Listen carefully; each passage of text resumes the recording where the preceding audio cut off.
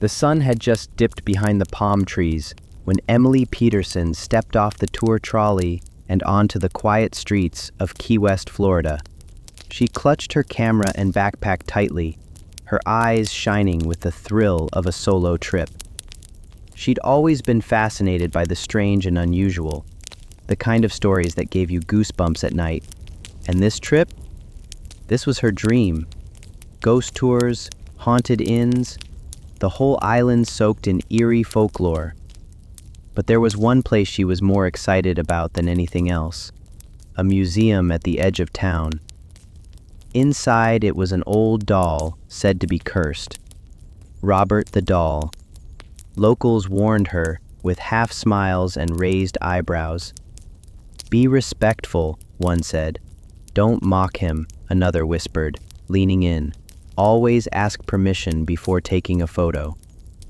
Emily had laughed it off. She didn't believe in curses, but she loved the idea of them. The museum was small, tucked behind a white fence and surrounded by tangled trees. It used to be an old fort, its thick stone walls stained by time.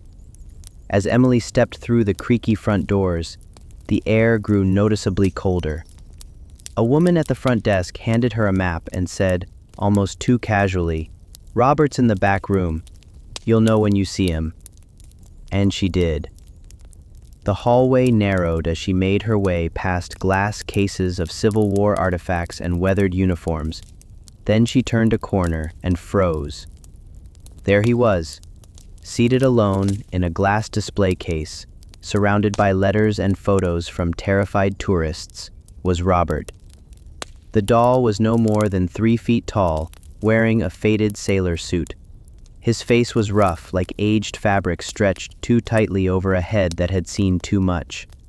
One eye looked normal, button-like, dark, empty. But the other? It looked off, too human, as if it had seen things it wasn't supposed to.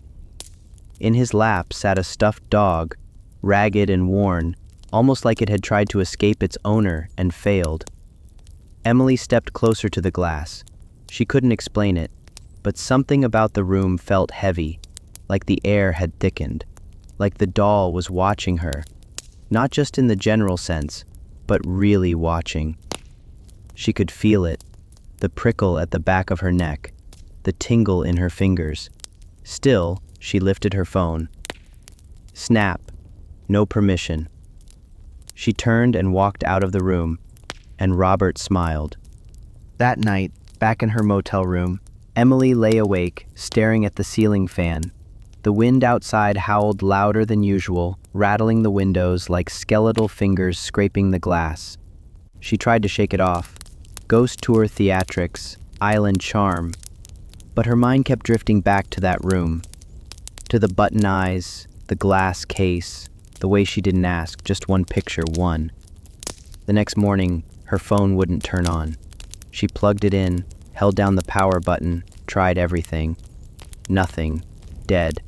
When she finally gave up and turned on the television, the news anchor's voice came through, distorted. Weird static.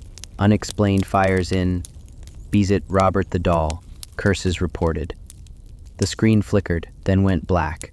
Her stomach tightened. Coincidence, she told herself. Just a glitch. But her hands were shaking.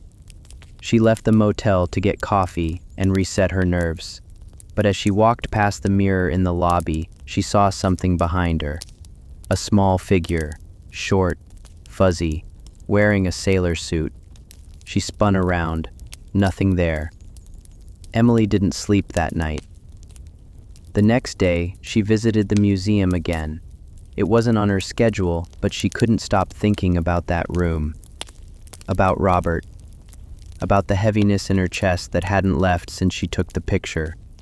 She stepped back into the museum just before closing. The receptionist looked up from her desk, her eyes narrowing. "Back again?" she asked. "I need to say sorry." The woman nodded slowly. "He knows." Emily's breath caught. "Knows."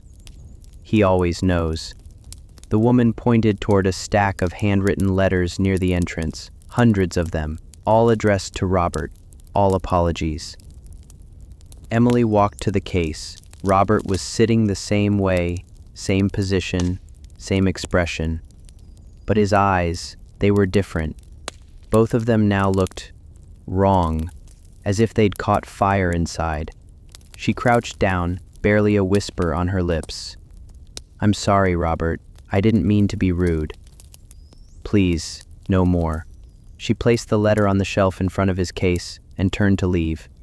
The lights flickered. The door wouldn't open. Behind her, something moved. She didn't look back. She didn't have to. She knew he was standing there, breathing, watching. Emily's trip ended early. She packed her bags that night and boarded the first flight home. But the curse didn't leave with the island. At home, lights began to flicker without cause. Doors opened on their own. She would hear faint tapping on her bedroom walls at exactly 3:03 a.m. every night. She tried burning sage, holy water, prayer, but the shadows remained. Then came the dreams. Each night she would wake screaming, her sheets soaked in sweat, after seeing Robert standing at the foot of her bed, his expression blank and accusing. Sometimes he would speak. The voice was hollow and childlike, but thick with menace. "You didn't ask." Then came the worst night. She awoke to her closet door creaking open, slowly, deliberately. Her breath hitched in her throat, and there he was. Not in a dream, in her room. Standing just feet away, sailor suit, button eyes, that damned dog in his arms. He didn't move, didn't blink, but she felt him looking through her, peeling her soul open like a page in a book. She passed out. In the morning, he was gone. But her phone, once dead, was on again. Its screen cracked down the middle, and one photo left in the gallery. A picture of Emily, asleep. Taken from inside her room, taken from the foot of her bed. They say Robert the doll still sits in his glass case in Key West. Still waiting, still watching. Visitors continue to write letters of apology. They say if you look into his eyes too long, something comes through, something old and cruel. And if you dare take a photo without asking, he might just come home with you. Just ask Emily. If you can find her.